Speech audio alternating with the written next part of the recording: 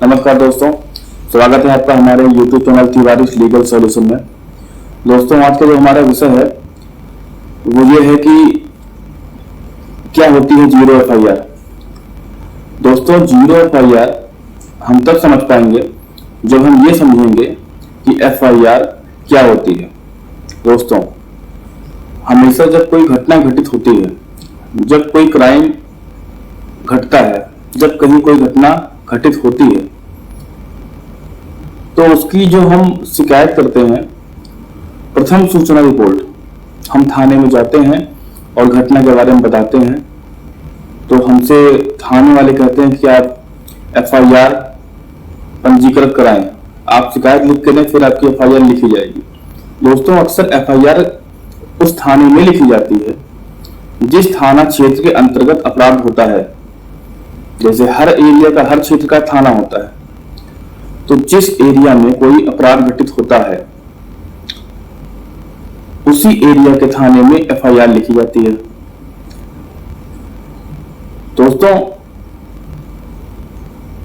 CRPC भारतीय दंड प्रक्रिया संहिता का यह रूल है और कानून है कि जहां पर घटना घटे उसी क्षेत्र के थाने में FIR दर्ज होगी। दोस्तों, अब सवाल आता है कि FIR किन मामलों में दर्ज होती है। तो FIR जब कोई संज्ञेय अपराध होता है, जैसे हत्या, लूट, डकैती, बलात्कार, बैंक रॉबरी, किसी को बहुत ज्यादा धमकी देना, या 306 की घटनाएं, आत्महत्या के लिए दुष्प्रेरित करना, इस तरह की घटनाओं को संज्ञेय अपराध माना गया है, जिसकी सजा बहुत हाई होती है, जुर्माना बहुत ज्यादा होता है। दोस्तों, इस प्रकार के मामलों में FIR होती है। और जिसमें बहुत छोटा मामला होता है, अगर किसी ने किसी को झापड़ मार दिया, कोई हल्की फुल्की गाली दे दी या राह चलते धमकी दे दिया, तो इस मामले में NCR दर्ज होती है, FIR नहीं। ये इसे कहते हैं असंज्ञेय अपराध। तो संज्ञेय अपराध वो होते हैं जो बहुत ही खतरनाक किस्म का अपराध होता है, और असंज्ञेय अपराध वो होते हैं जो अपराध बहुत ही कम होते, हल्के होते हैं, जिनमें उतना भारीपना नहीं होता है, जिसमें हल्की फुल्की गाली गलौज, मारपीट, बस जिनकी प्रकृति ही बहुत कम गंभीरता की होती है अपराधों की, उसे कहते हैं असंज्ञेय अपराध। तो दोस्तों, ये हो गई संज्ञेय और असंज्ञेय अपराधों की परिभाषा। अब मैं आपको ये बता दूं कि जीरो FIR कहाँ होती है, कैसे होती है। तो हम ये बात तो जानेंगे कि जब कोई संज्ञेय अपराध घटित होती है तो उसकी शिकायत हम थाने में करते हैं, जिसे FIR कहते हैं, प्रथम सूचना रिपोर्ट। मैंने अपने पिछले वीडियो में भी आपको बताया था कि जब हम कोई एप्लीकेशन लिखते हैं पेन से लेकर के, जब हम कोई पेन से वो एप्लीकेशन थाने में शिकायत देते हैं तो उसको तहरीर बोलते हैं, और जब उस शिकायत दर्ज हो करके FIR बन जाती है तो उसको FIR प्रथम सूचना रिपोर्ट कहते हैं। मतलब जो एप्लीकेशन हम कागज पर लिख के देते थाने में उसको तहरीर बोलते हैं, और जब वो दर्ज हो जाती है तो वो हो जाती है FIR।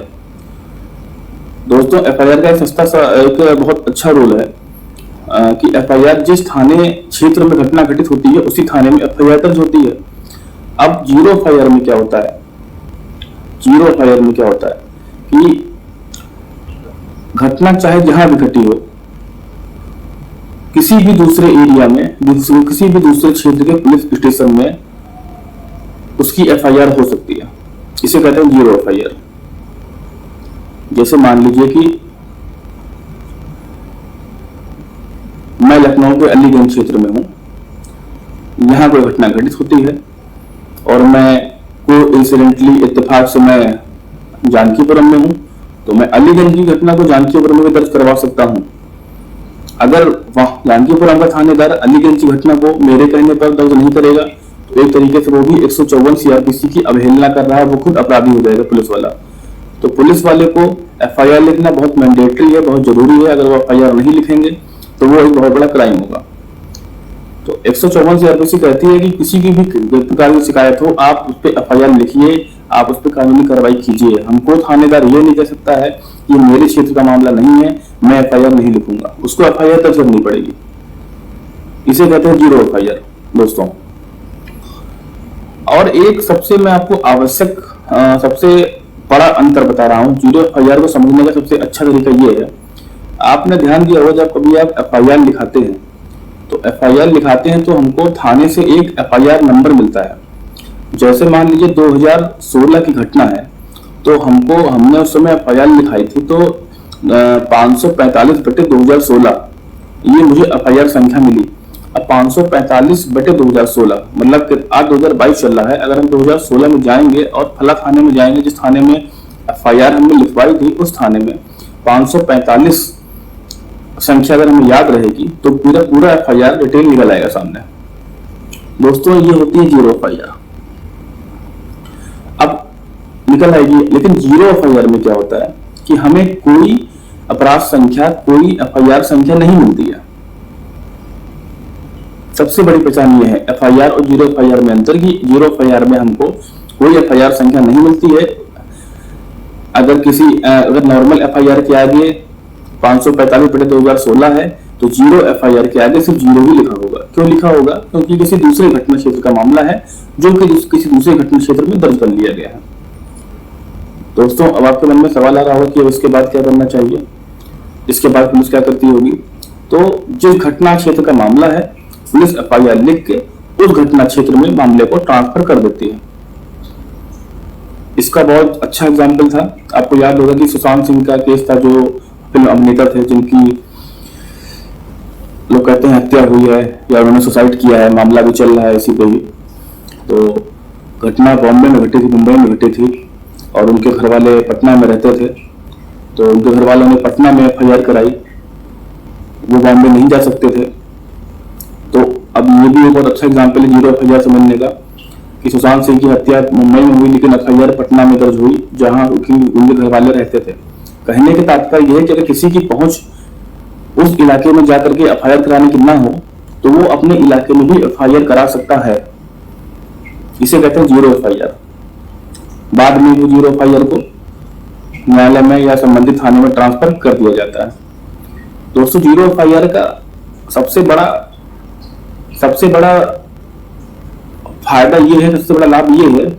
मैं आपको दूसरा एग्जाम्पल देता हूँ, आपको बहुत अच्छे से समझ में आएगा कि जीरो एफआईआर का क्या लाभ है।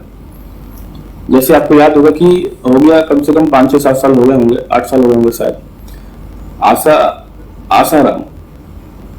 आसाराम जेल में क्यों है? जिस लड़की ने उनके ऊपर आरोप लगाया था दुष्कर्म का, जिस लड़की ने उन पर आरोप लगाया था रेप का, वो आसाराम के ही एरिया में गई थी रिपोर्ट लिखवाने, राजस्थान में। लेकिन आसाराम का इतना प्रभाव था, इतना धनाढ्य संत थे वो। आसाराम का इतना नाम था कि कोई भी पुलिस वाला उनके खिलाफ एफआईआर दर्ज करने को तैयार ही नहीं था। मतलब जब वो लड़की एफआईआर लिखाने गई आसाराम के खिलाफ, तो किसी ने एफआईआर नहीं लिखी।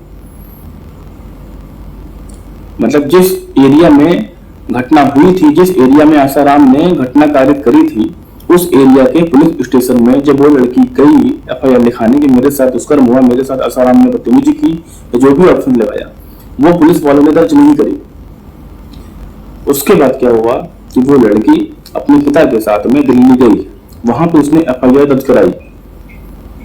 दिल्ली में एफआईआर दर्ज हो गई, और एफआईआर दर्ज होने के बाद आसाराम जी के साथ क्या हुआ आप सब लोग जानते हैं।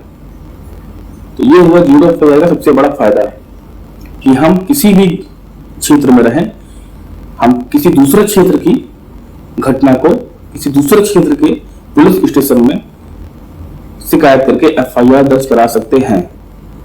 ऐसा बहुत आवश्यक नहीं है घटना जहां पे घटी हो वहीं पे ही रिपोर्ट लिखी जाएगी।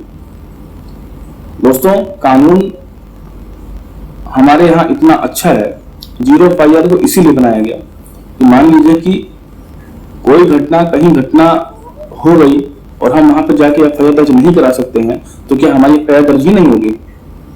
ऐसा तो है नहीं। इसलिए एफआईआर आप कहीं भी दर्ज करवा सकते हैं किसी के खिलाफ। इसे कहते हैं जीरो एफआईआर। दोस्तों आशा है कि आपको मेरी जानकारी बहुत समझ में आई होगी। अगर आपको नहीं समझ में आ रही है तो आप मेरे स्क्रीन पे इसमें मेरा फोन नंबर लिख के आ रहा होगा, आप उस पर मुझे कॉल या व्हाट्सएप कर सकते हैं। और मेरे इस चैनल को सब्सक्राइब कर दीजिए, आपकी बहुत कृपा होगी, ताकि मुझे सपोर्ट मिलता रहे और मैं नए वीडियो आपकी जानकारी के लिए बनाता रहूं। नमस्कार, जय हिंद।